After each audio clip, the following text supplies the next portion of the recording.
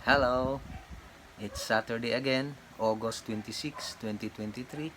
Kaya welcome na naman po sa ating vlog.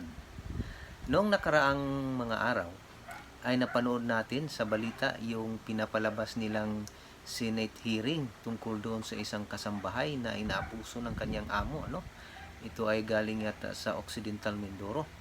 Tapos matindi yung pang-aabusong nangyari doon sa kasambahay dahil nabulag ito at naapektuhan pati ang kanyang pandinig ay naapektuhan din resulta ng pang-aabuso, physical na pang-aabuso ng kanyang amo sa kanya.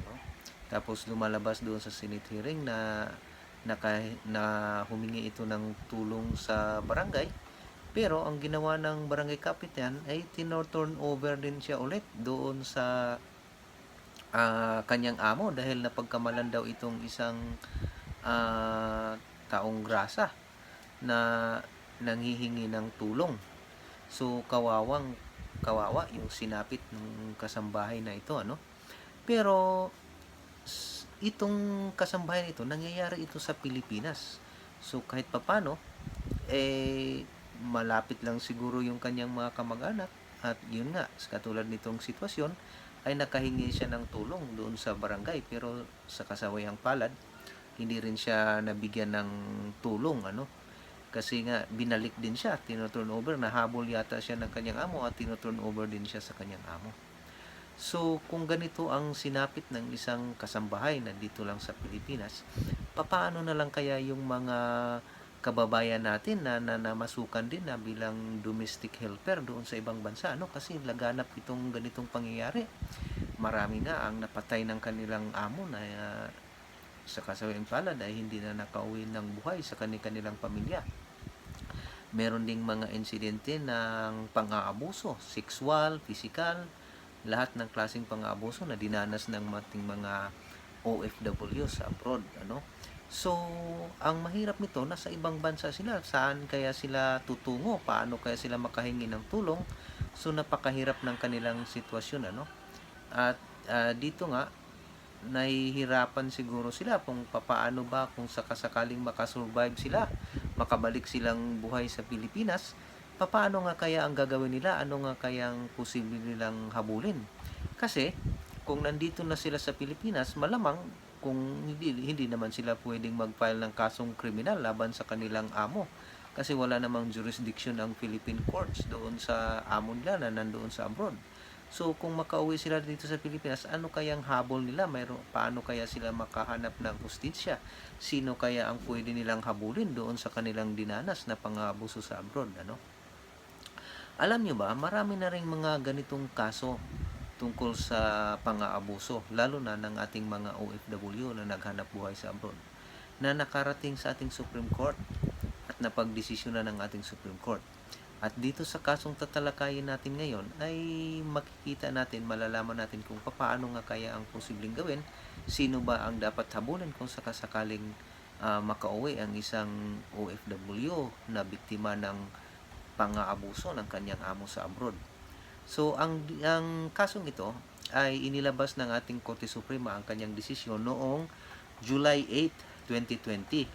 At ang nagsulat po sa desisyon ng ating Korte Suprema sa kasong ito ay si Honorable Justice Mario Victor F. Leonen.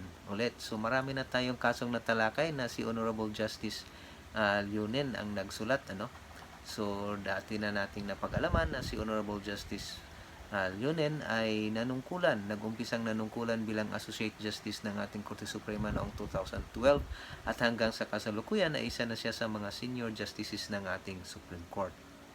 So, ano bang nangyari sa kasong ito? Well, base doon sa desisyon ng ating Korte Suprema, ganito ang nangyayari. Mayroong isang yung biktima natin dito ay nag-a-apply siya na mamasukan bilang isang domestic helper, household service ang kanyang in-applyan. So, lumapit siya sa isang manning agency na nagpapadala ng mga workers abroad, lalo na yung mga nagtatrabaho bilang domestic helper, So, natanggap naman siya doon sa kanyang in-applyan na agency. So, ang nangyari, bago siya umalis, pumirma siya ng kontrata. So, ang kontratang pinipirmahan niya ay 2 years contract. So, 2 years siyang magtatrabaho at ang sahod naman na pinipirmahan niya ay nasa $400 per month. So, ang trabaho niya doon, isang ang magiging domestic helper siya. So, doon siya ipapadala, doon siya magtatrabaho sa Riyadh, Saudi Arabia. So, ang nangyari, pagkatapos noon, bumiyahe na siya papuntang Saudi Arabia, sa Riyadh. Tapos pagdating niya doon, ini-escortan siya kasi yung agency niya dito sa Pilipinas, meron ding counterpart na agency doon sa Saudi. So, yun yung nag-escort sa kanya. Dinala siya ng kanyang amo doon sa...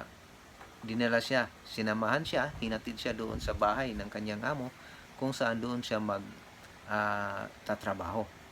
So, ang nangyari, 2 years yung kontratang kanyang pinirmahan at sasahod siya ng $400 a month, pero lumalabas na hindi pa siya umabot ng 3 months sa kanyang pagtatrabaho abroad, umuwi na siya ng Pilipinas dahil sa hindi magandang pangyayari. So, nag-umpisa itong pangyayari ito habang nagtatrabaho na siya doon sa kanyang amo. Isang araw, naghuhugas daw siya base sa kanyang salaysay, naghuhugas daw siya ng plato.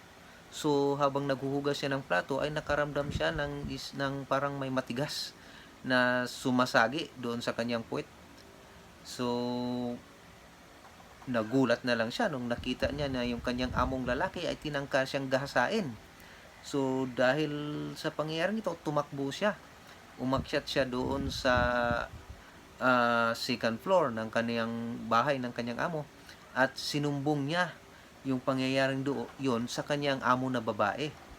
Pero ang nangyayari, hindi siya pinaniwalaan ng kanyang among babae at parang siya pa ang sinisisi doon sa pangyayari. Kaya tuloy, dito na nagumpisa na hindi na maganda yung pakitungo ng kanyang among babae sa kanya.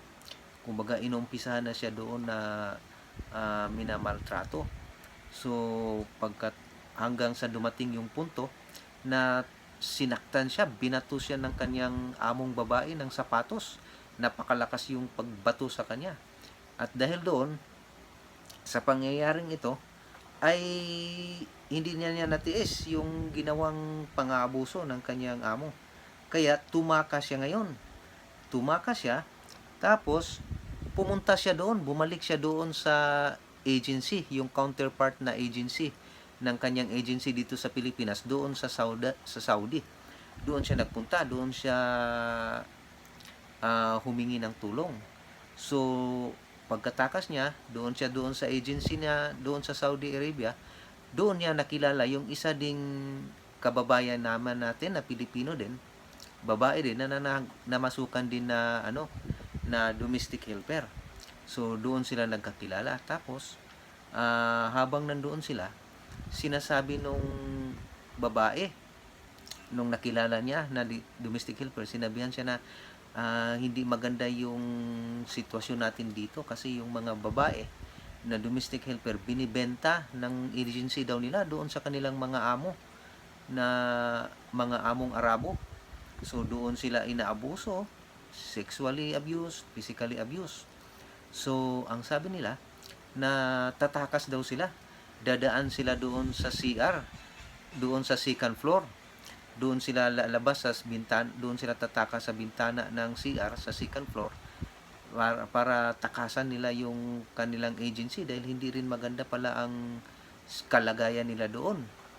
So, ang nangyari, nung tumakas na sila, dumaan sila sa CR, doon sa second floor kasi doon pala sa agency nila laging sinasarado yung pinto, kaya hindi sila basta-basta makalabas, kaya doon sila sa CR, doon sa bintana ng CR ng second floor sila dumaan para makatakas. So, yung isang kasamahan nakatakas, pero yung biktima natin dito, hindi siya nakatakas dahil bumagsak siya, nahulog siya pagbaba niya doon sa second floor at na-injured yung kanyang spine, kanyang gulugod. So, hindi siya makalakad. Ang nangyari, tapos nung hindi siya makalakad, mayroong mga nung nandoon na sila sa baba, mayroong mga dumadaan doon ng mga Arabo.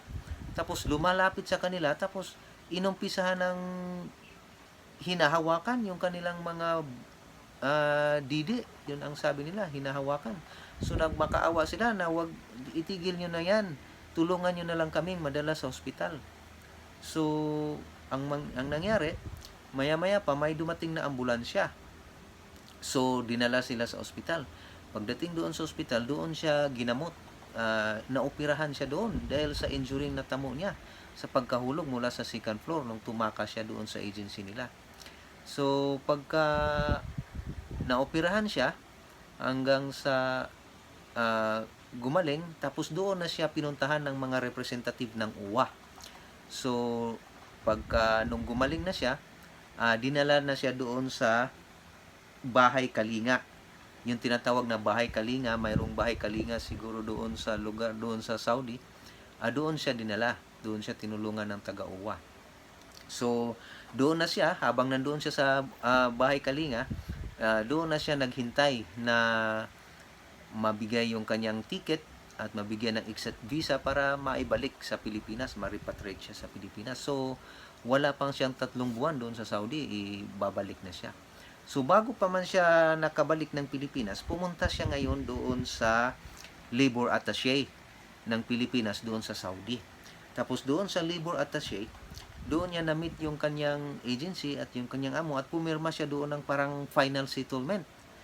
Ang final settlement na yon na pinipirmahan niya, ang nagsasabi yon na natanggap na daw niya ang kanyang sahod, buong sahod, at voluntaryo siyang pumapayag na ibalik na sa Pilipinas. At pagkatapos, lahat ng benefits at mga salaries ay natanggap na niya at wala na siyang wini-waive na niya yung kanyang karapatan na magsampa ng kaso laban sa kanyang amo at sa kanyang employer or doon sa kanyang agency, maging sa Saudi man o dito sa Pilipinas. So, yun ang laman noong sa settlement. So, pumirma siya doon. Tapos, may certification din ito na yung labor attaché ng Pilipinas, pinipirmahan din to, nag-certify siya na yun nga, personally na nagpunta doon sa opisina nila, yung itong biktima natin, at pumirma nga ng isang settlement, final settlement. So, noted ito at nakita. So, dahil doon, pagkapirma doon, yun kasi ang requirement daw.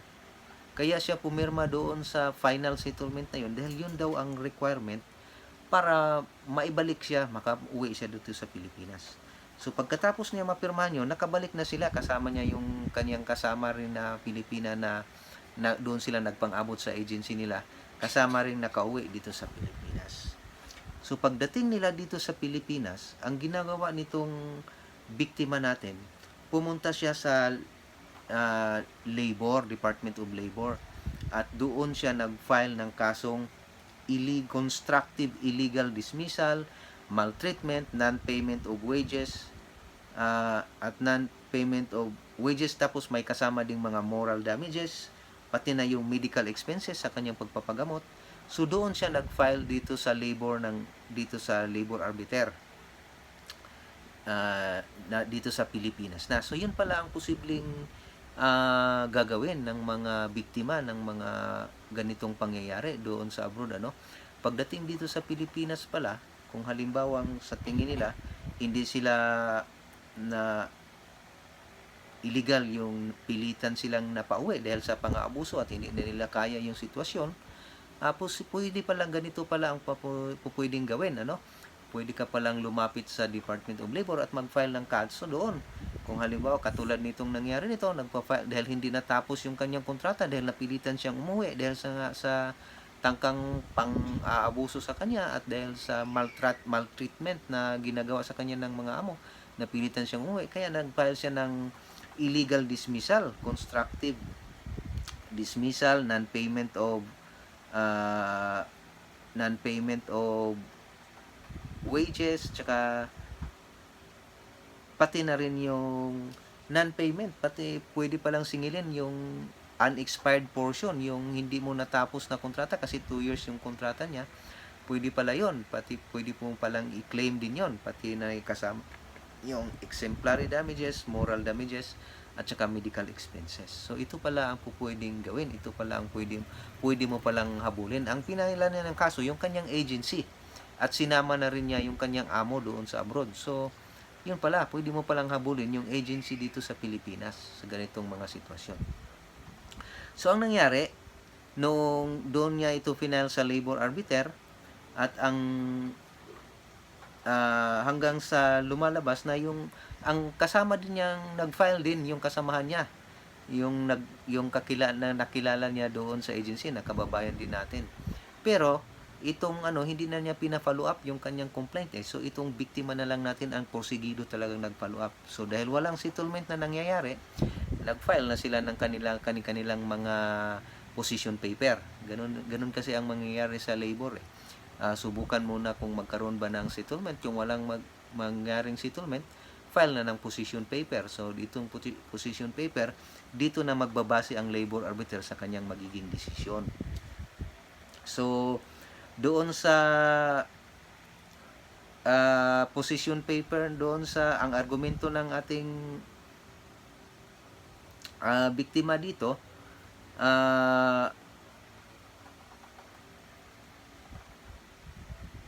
sabi niya, constructively dismissed daw siya. Kasi nga, dahil constructively dismissed, dahil nga, ang basihan niya, constructive dismissal, ibig sabihin nito, parang hindi ka naman direktang dinidismiss. Pero dahil sa sitwasyon dahil sa sitwasyon niya na kung saan hindi na kaya yung pang-aabuso at hindi na maganda yung environment doon dahil tinangka pa nga siyang gahasain. So napilitan siyang umalis sa kanyang trabaho. So yun ang argumento niya, kaya constructive dismissal daw ang nangyari sa kanya. Tapos sinabi din niya yung kanyang final settlement daw, kino-question daw niya yon, yung final settlement na pinipirmahan niya habang nandoon pa siya sa Saudi bago siya maibalik sa Pilipinas. Sabi niya, yung pirma daw niya doon ay hindi sa kanya. So, kino-question daw niya yon. Kino-question niya yung validity doon sa final settlement na pinirmahan niya dahil hindi daw sa kanya yung pirma na yon. So, yun yung argumento niya bakit siya nag-file ng constructive dismissal laban doon sa kanyang agency dito sa Pilipinas.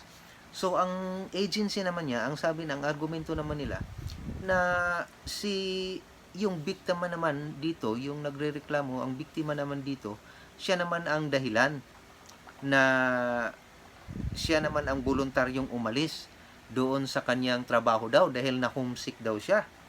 Tapos, siya daw ang nag-request na ibalik na siya sa Pilipinas dahil hindi nga daw niya na homesick nga daw siya, gusto na niyang umuwi. Yun ang argumento ng kanyang agency At sabi daw tapos sinusubukan daw siyang kumbinsihin ng kanyang employer na wag umuwi, pero nagbanta daw siya, natatakbo, kaya pinayagan, nagtakdaw daw siya na aalis, tatakas kung hindi siya papayagang umuwi. Tapos sabi din ng agency niya na pumirma nga siya ng final settlement doon sa abroad. At ang final settlement na yon ay pinirmahan din na sinicertify pa ng ating labor attaché. So, yun namang sinasabi niya na minamaltrato daw siya, inaabuso daw siya, sinasaktan daw siya, ay wala namang basihan. Kasi hindi naman siya nagsumite ng police report. Hindi naman niya daw ni-report sa police yung pangyayari doon sa Saudi, at hindi daw siya nag-submit ng medical report para suportahan na sinaktan nga siya, may mga injuries siyang nangyari. So, wala rin daw patunay, wala din daw ebidensyang pinipresenta yung biktima na hindi niya natanggap yung kanyang sahod. At saka, sabi pa nga nila na inamin naman niya na tumanggap nga daw siya ng 1,500 Saudi Riyal or katumbas ng $400.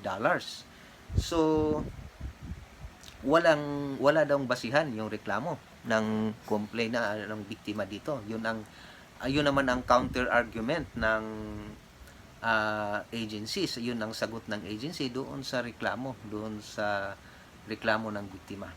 So, ang nangyari, dahil doon, pagkatapos nilang magsabit ng position paper, naglabas na ng desisyon ang labor arbiter. At ang sabi ng labor arbiter, kinatigan ng labor arbiter yung biktima. Sabi ng labor arbiter na yung biktima ay na constructively dismissed. At yung declaration ng biktima, malinaw at diretsa niyang sinasabi kung pati yung mga detalye kung papaano siya inabuso at kung saan yung kanyang working environment ay hindi na maganda, hindi na kaaya-aya at hindi niya matiis. Kaya napilitan siyang umalis sa kanyang dahil nga doon sa hostile na at unbearable na yung ginagawa, yung pinapakitang pag-uugali laban sa kanya nung kanyang mga amo. So, hindi rin binibigyan ng yung certificate final of yung final settlement naman at certification na pinirmahan na di umano niya doon sa abroad ay hindi rin ito binibigyan ng credit ng labor arbiter kasi sabi ng labor arbiter na yung authenticity, yung pirma, authenticity at due execution ng dokumentong ito ay kinocontest nung biktima. So, kaya, ang sabi niya, na malinaw na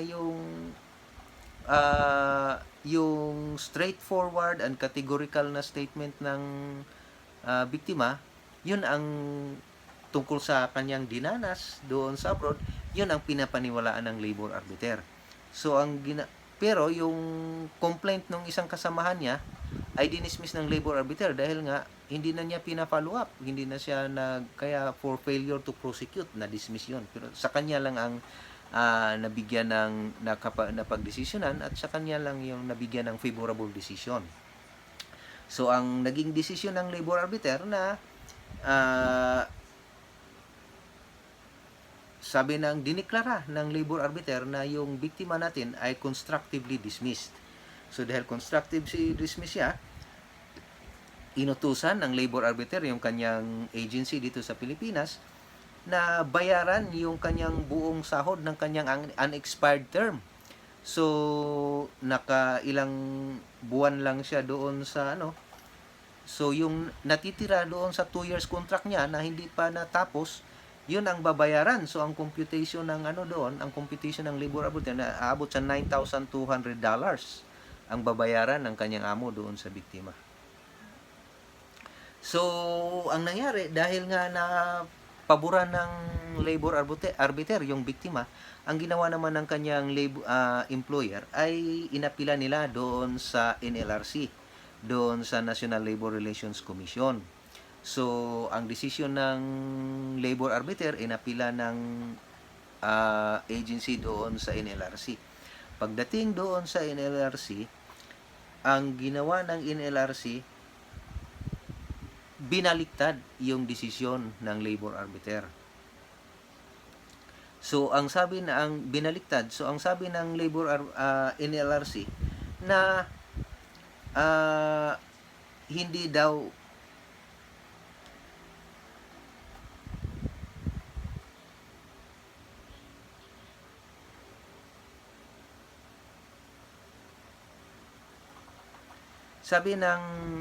NLRC hindi daw pwedeng questionin yung final settlement na pinirmahan ng biktima doon nung nandoon pa siya sa abroad dahil nga ito ay sinecertify ng labor attaché.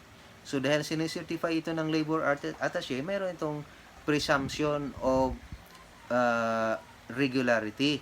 So dahil pumasok siya sa isang compromise agreement, wala nang basihan yung kanyang complaint of constructive dismissal. Kasi nga, pumasok na siya doon sa agreement kasi ang tingin ng NLRC, valid yung final settlement na kanyang pinirmahan dahil nga sinecertify ito ng labor attaché kaya mayroon itong presumption of regularity. Mayroong presumption of regularity kasi public document itong final settlement kasi sinecertify ng labor attaché doon sa Saudi. Tapos, ang sabi din na ng NLRC na ah, yung biktima daw ay ah, hindi naman siya nakapagpresenta ng ebidensya na pino-forge yung kanyang pirma doon sa certification o final settlement na pinirmahan niya. So, ang ginawa ng NLRC, binaliktad niya yung desisyon ng labor arbiter. At dahil doon, dinismiss yung kanyang complaint. So, pero, ito kasing NLRC, 3 commissioner ang magdesisyon yan. So, ang majority decision, ang majority decision, yun yung binaliktad nila ang desisyon ng labor arbiter. Pero yung isang commissioner, nag-dissent siya, mayroon siyang dissenting opinion. Ibig sabihin, hindi siya pabor sa majority decision. Kasi ang sabi niya, sumasang-ayon siya doon sa nagiging finding ng labor arbiter na yung biktima nga ay na-constructively dismissed. Kasi yung kanyang straightforward at kanyang straightforward at detalyadong pagsalaysay sa kanyang dinanas doon sa abroad ay hindi ito ma-overcome nung simpleng denial lang nung kanyang agency. Kaya sabi ng isang commissioner sa NLRC na sumasang-ayon siya doon sa finding ng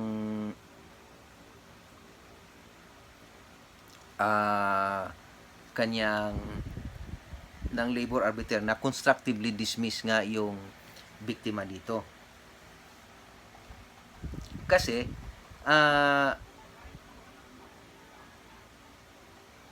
hindi naman mayroong dahilan, imposible naman daw na uuwi lang siya dahil na homesick.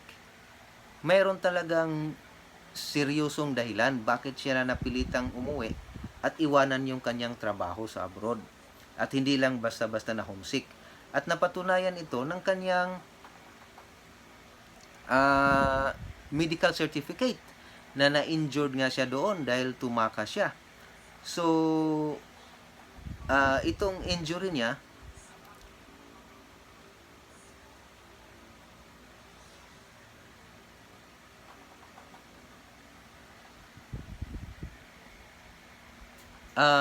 ito yung patunay na mayroon siyang sapat na dahilan bakit nga siya umuwi dahil doon sa injuring tinamo niya at dahil nga doon sa pang-aabuso na ginawa ng kanyang amo.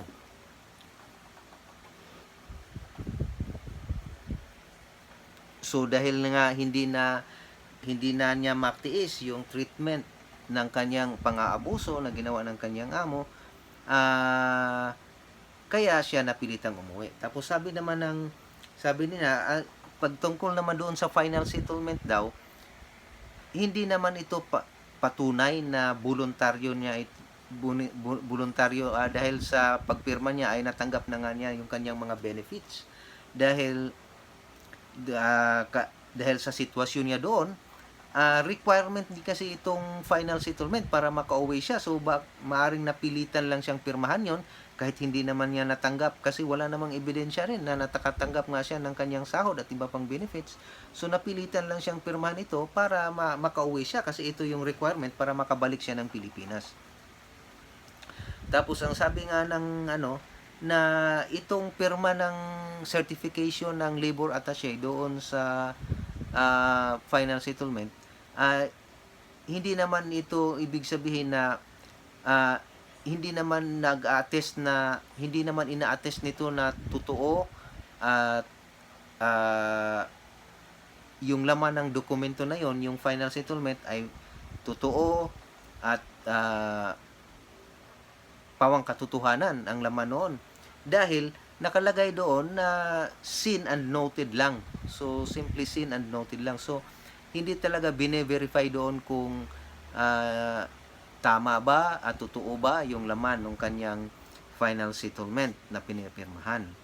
So, yun yung sinabi ng isang commissioner na nag-dissent doon sa desisyon ng NLRC. Kaya ang sabi niya na kaya hindi siya sumang-ayon, mas sinang-ayon na niya yung desisyon ng labor arbiter. Pero ganun pa man, dahil dissenting opinion lang siya, ang nanaig pa rin yung majority opinion kung saan binaliktad nila ng NLRC yung desisyon ng labor arbiter. So dahil doon, dahil sa binaliktad yung desisyon ng labor arbiter, ang ginawa naman ng biktima, inakyat na naman niya yung kanyang kaso sa Court of Appeals. So pagdating doon sa Court of Appeals, yun nga ang sabi niya na base doon sa desisyon ng labor arbiter at sa dissenting opinion ng isang commissioner sa NLRC, malinaw na constructively dismiss siya. So, yun ang kanyang argumento. Na yun namang claim niya na minamaltrato siya ng kanyang amo ay nasuportahan naman niya ito ng kanyang medical summary, yung medical certificate niya na doon sa abroad nung nagpapagamot siya doon sa kanyang injury sa kanyang spine. So, yun ang argumento niya nung inakyat niya yung kanyang kaso sa Court of Appeals. So, pero ang sabi ng Court of Appeals, sabi pa nga niya na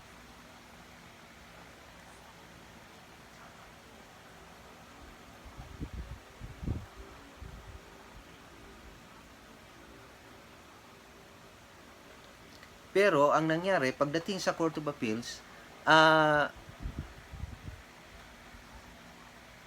sinustain pa rin ng Court of Appeals yung nagiging desisyon ng NLRC.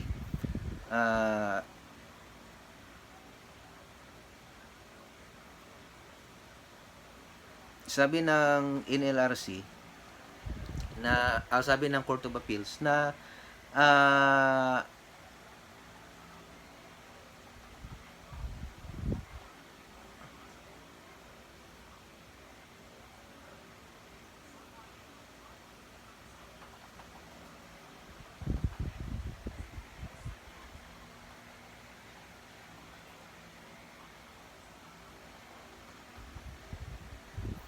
wala namang kasing ebidensya na nagpapakita na yung biktima dito ay napilitang pumirma doon sa settlement na kanyang pinipirmahan.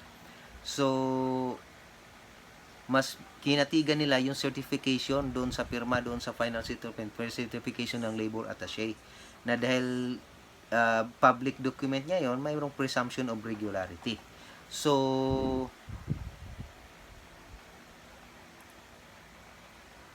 yun nga, yung kanyang, tapos sabi din ng Court of Appeals na yung kanyang sinasabi na minamaltrato siya ay hindi ito na-substantiated, hindi ito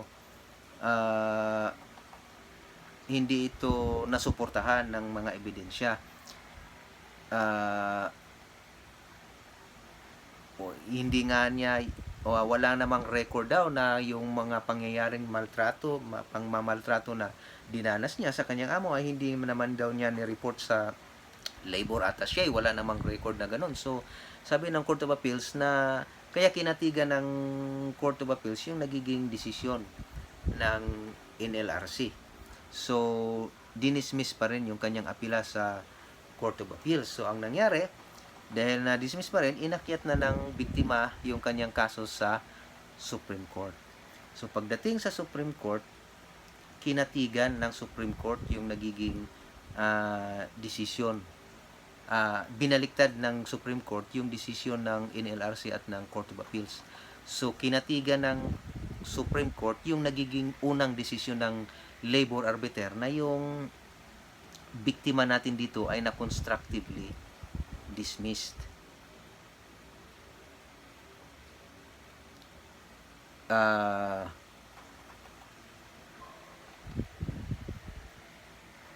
Sabi ng Supreme Court, ang biktima dito ay constructively dismissed siya dahil nga ang ibig sabihin ng constructive dismissal, ito yung ang isang empleyado ay napilitang mag-quit sa kanyang trabaho, umalis sa kanyang trabaho dahil nagiging imposible na, unreasonable na ang pagpatuloy niya sa kanyang trabaho dahil nga hindi na maganda, nagiging harsh, hostile at unfavorable na yung mga kondisyon na nangyari sa kanya. At dito nga, yung biktima, dahil nga sa tangkang panggagahasa sa kanya at pang-aabuso sa kanya, lumalabas na yung hindi na maganda yung nagiging kondisyon niya sa kanyang trabaho. Kaya napilitan siyang umalis at tumigil sa kanyang trabaho. Kaya sabi ng Supreme Court, kaya itong biktima ay na-constructively dismissed. Tama yung sinabi ng labor arbiter at nung dissenting opinion ng isang NLRC commissioner na yung mas kinatigan ng Supreme Court yung nagiging salaysay ng biktima dahil yung salaysay naman niya ay straightforward, detalyado kung ano talaga yung totoong nangyari sa kanya. Kaya sabi ng Supreme Court, tama yung naging desisyon ng labor arbiter na constructively dismissed yung biktima sa kasong ito. Tapos, doon din sa doon naman sabi naman nila na yung argumento naman daw nila na kung talagang minamaltrato siya, hinaharas siya, tinangkas siyang gasahin, bakit hindi naman ito ni-report doon sa mga pulis o sa mga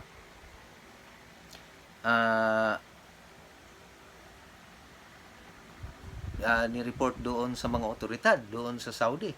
Pero ang sabi ng Supreme Court na hindi mo naman ma-predict kung ano ba talaga ang magiging reaksyon ng isang tao na dumadanas ng isang ganitong traumatic na experience. So, ang iba't ibang tao ay may iba't ibang reaksyon sa kanyang ganitong mga sitwasyon. At walang standard naman na reaksyon ang dapat pagbabatayan kung papaano ba siya dapat mag-react. So,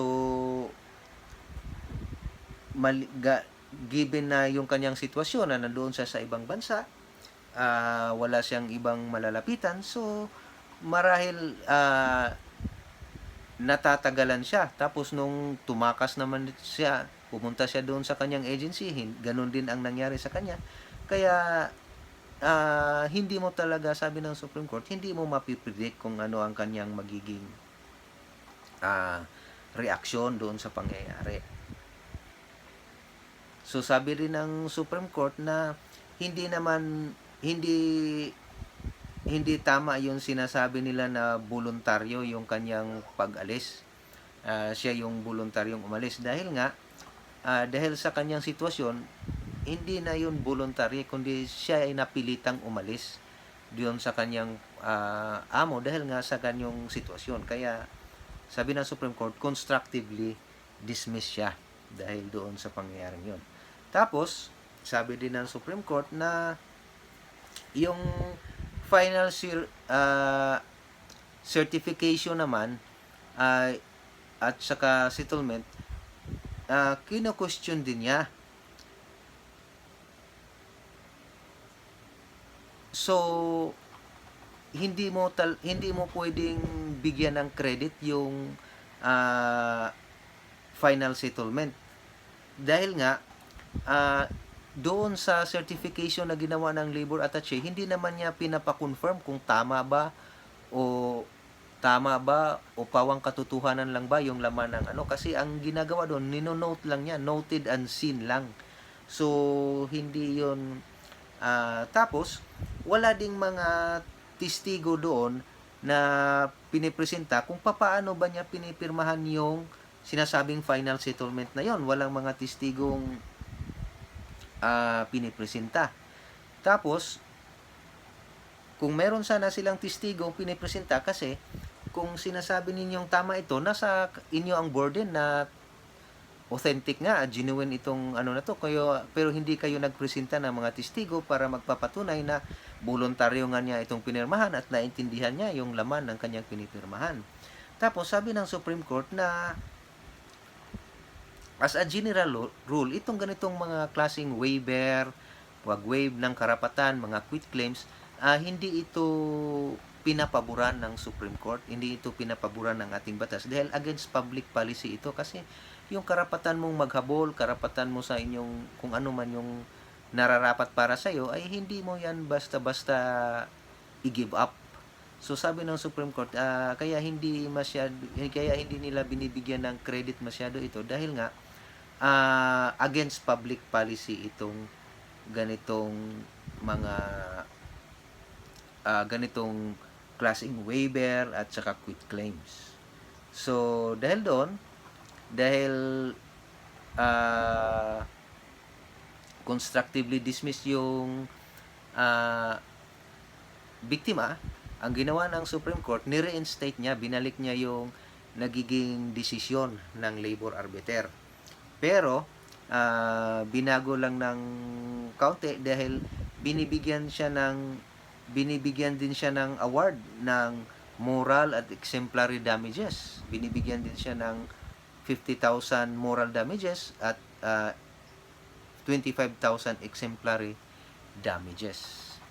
Okay, so yun po ang nagiging desisyon ng ating Korte Suprema sa isang kaso na may kaugnayan naman doon sa balitang ating tinalakay kanina.